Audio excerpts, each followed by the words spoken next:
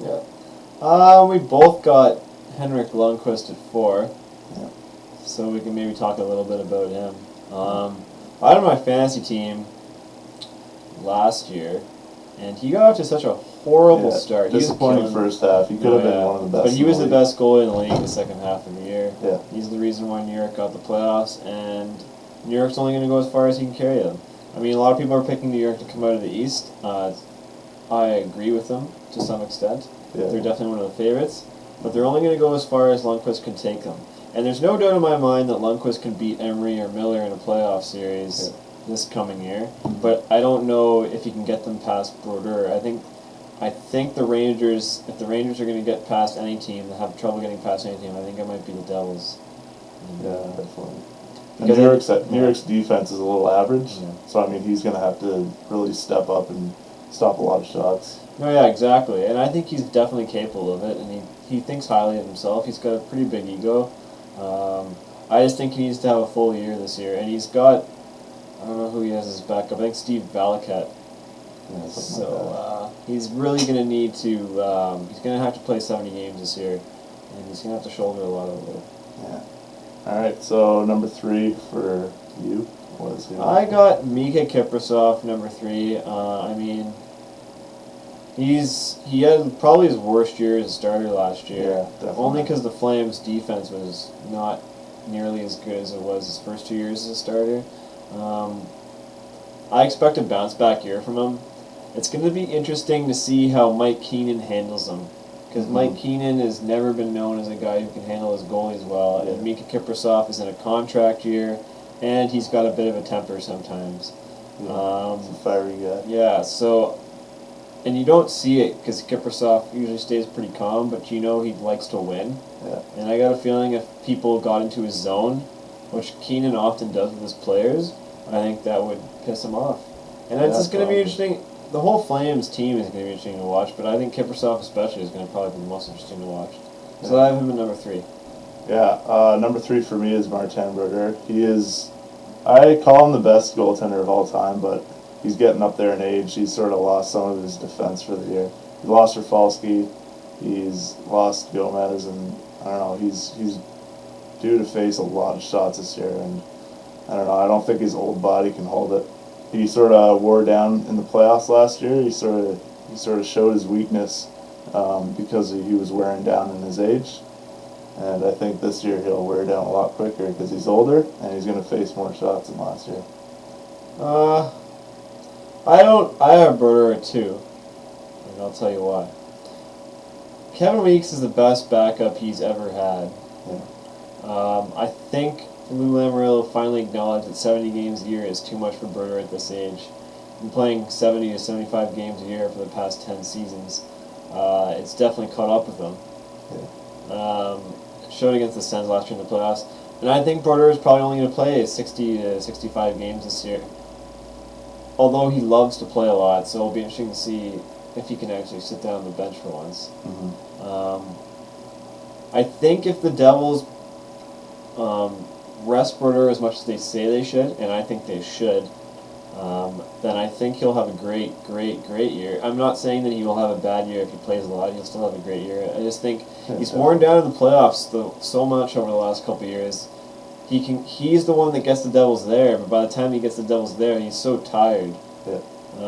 Because the Devils aren't nearly as good defensively as they used to be. So I still have him at number 2. I wouldn't put him below Kipper or Lundqvist just yet. I still think he's got 2 more years on the top until he maybe starts to fall down to the pack a bit. Yeah. But definitely he's not the number 1 goalie in the league anymore. No. Number 2, I have Mika Kiprasov. He had, you have to look at his, I'm looking at his stats when he had, Regier and he had all those Gauthier. He had like 6 solid defensemen. This year they brought in 2 guys who really know how to play solid stay-at-home defense. Adrian Aucoin, Corey Sarich. And I think it's going to be reminiscent of those years when Kiprasov came into Calgary and he absolutely dominated and carried them to the playoffs. Yep. Had his GAA below like 2 almost. Yeah. I think it's going to be a lot like that. So I have him at number 2. Yeah, the Flames are going to be an interesting team because they got so much offensive talent, but they just didn't and they scored a lot of goals last year. They just Yeah. they got away from their game, so they couldn't go anywhere. Yeah. So number one, we both have him. Yeah. I think it's not so much a question anymore that he is number one. I think the reason why people were hesitant to not put Roberto Luongo number one before ahead of Brodeur is because they're like, oh, he's never been in the playoffs, he's never won a series. Yeah. He single-handedly led one of the worst forward groups in the league to the playoffs. Yeah. The Canucks cannot score a goal to save their life. They're a horrible offensive team. They're disgusting to watch. Yeah. And if it wasn't for Crosby, I think he would have had MVP for sure. No, yeah, exactly. And Luongo outdueled Turco to no end. Yeah.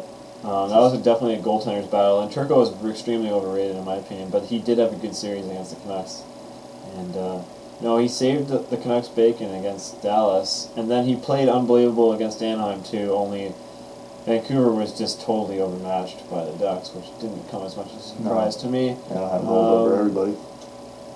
It was tough to see Luongo let in that goal by, who was it, Niedermayer, when he was signaling for the penalty or whatever. Yeah, and got yeah. distracted. Yeah. And a lot of people were thinking that was going to get under his skin. Definitely wasn't the case. He's got to play less amount. He's got to play a less amount of games, but it's not going to happen. He's got who's he got his backup? I don't think Sabrin's there anymore, is he? No, it's someone different, and I should know. Well, shows what kind of hockey experts you are. Well, regardless, he's the best goalie in the league. No, yeah, If and it weren't for Crosby, he would be the MVP, absolutely. no, exactly, Oh, and yeah. he's going to have an MVP season in him before he goes off into the sunset anyway. Yeah.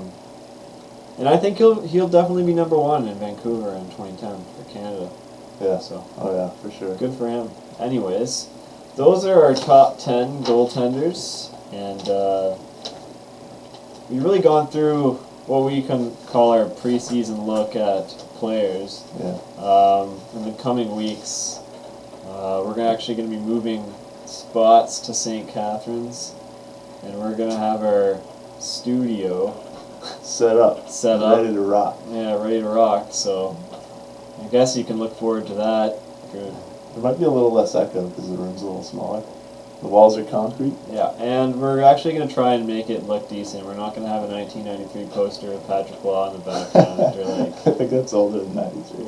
Yeah, and we really appreciate all the comments we've been getting so far. And, Good feedback, yeah. Yeah, exactly. A lot of people We're offering surprised. some helping hands out. Yeah, we're really surprised. I Yeah, didn't we're- think we'd have yeah. any subscribers. Maybe like 50 at the most. but We're we surprised people even listen to us, to be honest, because I don't know what I'm talking about. You definitely don't. No. So, But anyways. people think we do. Yeah, well, that's just because we watch a lot of sports. Yeah. And a shout out to Tim McAuliffe and Sid Sixera at the Score tonight. Our favorite sports anchors. Yeah. I like Jay Onraid as well. Yeah, Jay Onright's a witty guy. You know who definitely sucks is everyone at Sportsnet, though.